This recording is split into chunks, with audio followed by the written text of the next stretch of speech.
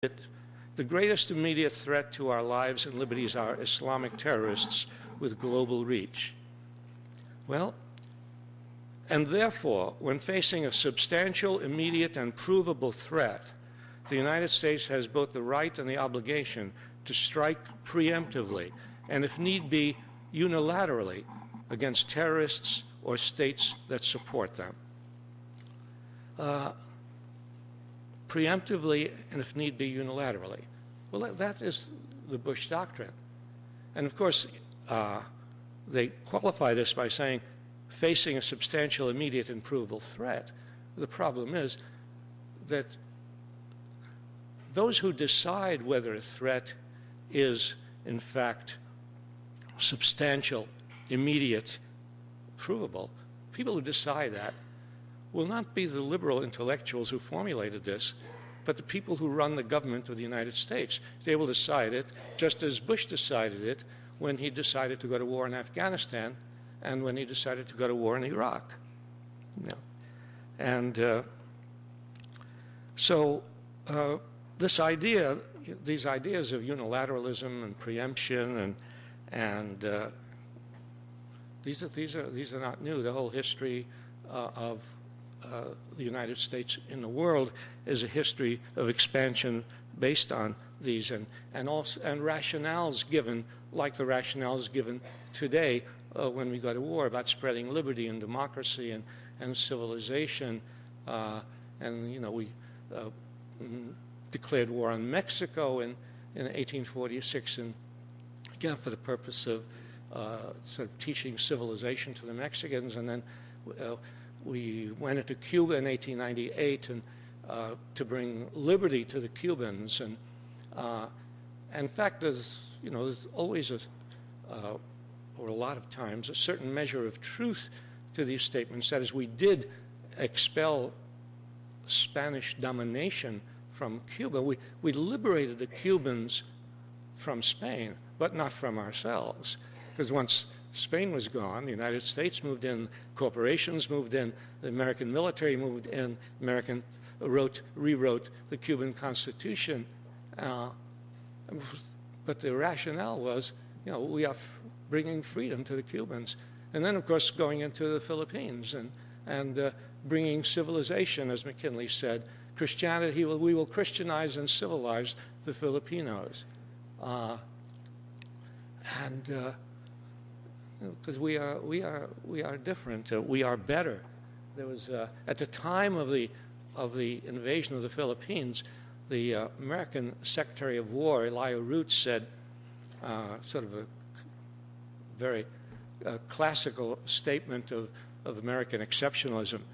He said, "The American soldier is different from all other soldiers of all other countries since the world began. He is the advance guard of liberty and justice, of law and order, and of peace and happiness." The American soldier is different. Well, of course, now, right now, immediately now, in the wake of Abu Ghraib, in the wake of all these revelations coming out every day about torture and atrocities and so on, that's doesn't sound right. But you might say, well, Root could not anticipate Abu Ghraib, but he didn't have to anticipate, because at the time he was saying this, the United States was already committing atrocities and massacres in the Philippines by these American soldiers who were different from soldiers, all over the world. And the history of American expansion in the world is not a history which is taught very much in our schools or even in our colleges and universities. That is, we have something called diplomatic history. That's a discipline. Discipline is diplomatic history, and that's what our history is. Very often, it's diplomatic history, and we diplomatically treat the American, foreign policy in the world. Because if young people in our schools learned the history of the United States expansion in the world, if they learned the history of the massacres and invasions that accompanied American expansion in the world, they could not possibly believe the President of the United States when he gets up before the nation and says, we're going into this country for liberty and democracy. This is Operation Enduring Freedom, and so on. But that history is not there. And this misuse of history continues to be perpetuated by our political leaders, and not really caught or criticized by that part of the American culture which is supposed to check up on and criticize what the government does, that is the press, the media. And so you have Bush appearing, as he did a couple of years ago, before the Philippine National Assembly and saying to the Philippine National Assembly, he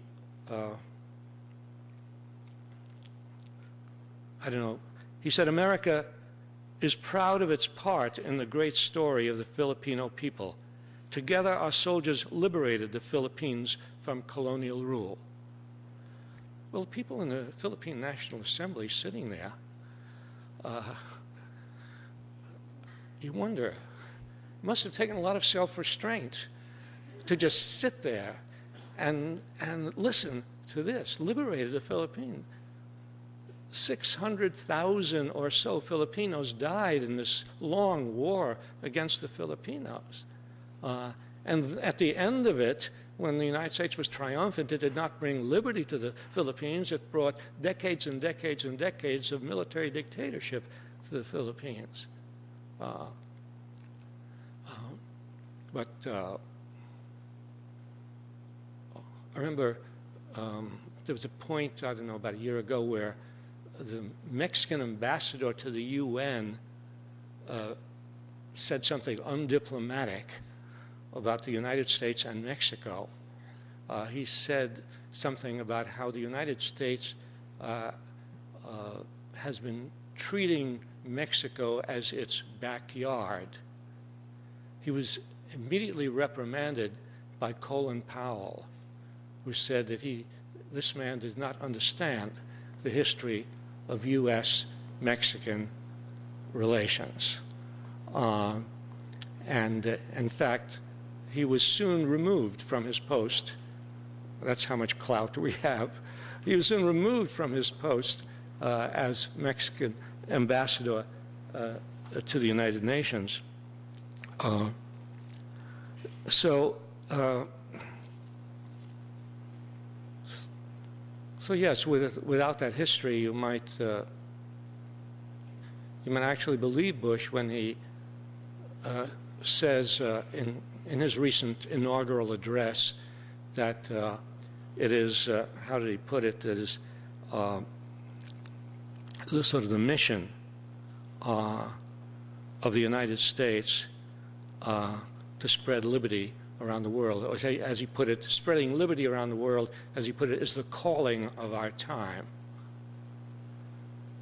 And if you read the newspapers, including the so-called liberal press, the New York Times and the Washington Post, right after the Bush's inaugural address, you saw a flurry of praise for what Bush had said. The people were in the editorial rooms of these newspapers were so eager to hear those words about spreading liberty in the world, and as if everything else that has been reported from Iraq over the past 2 years is meaningless in the light of these beautiful words uttered by George Bush.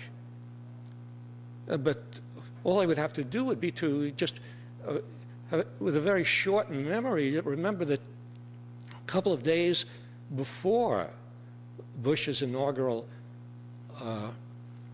address, a couple of days before that, there was a photo in the New York Times, which some of you may have seen, was it showed an Iraqi girl crouching, bleeding, and according to the caption, she was screaming because her parents had just been shot to death by Americans firing on their car.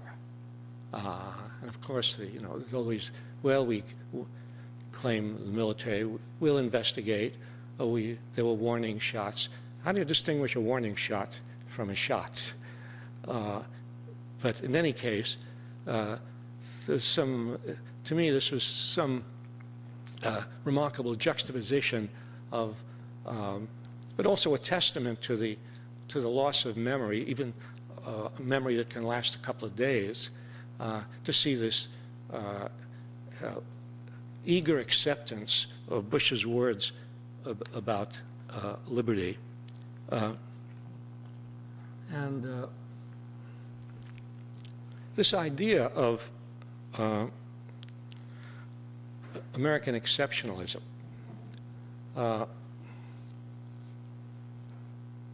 You were told I would speak for an hour, so I'm taking advantage of every minute of it. You see, because when I heard it, I said, no, I'm not going to speak for an hour. Actually, I'm going to speak for 2 hours.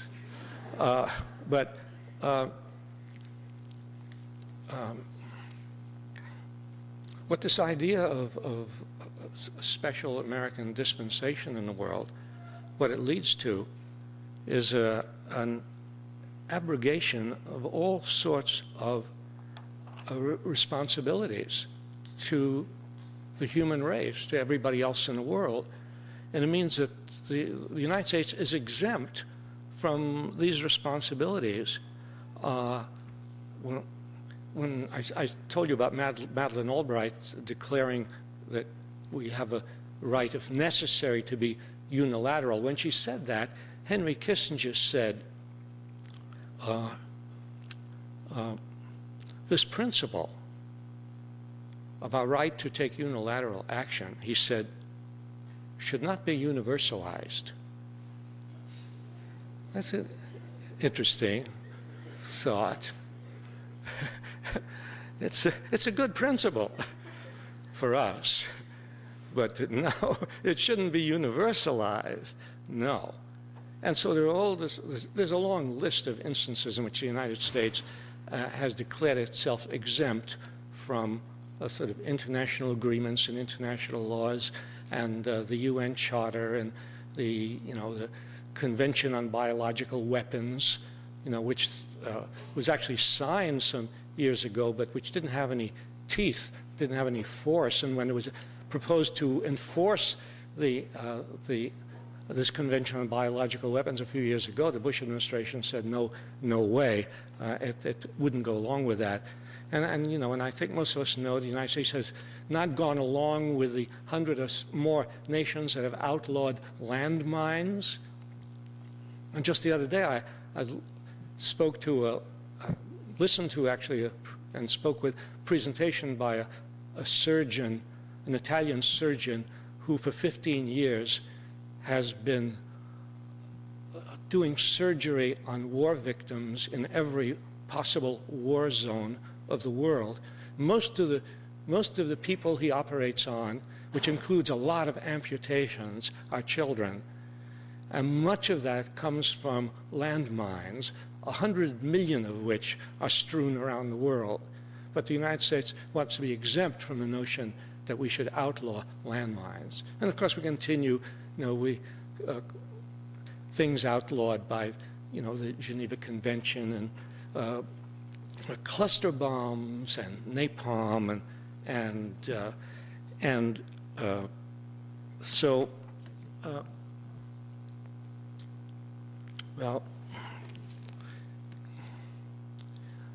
what's the answer?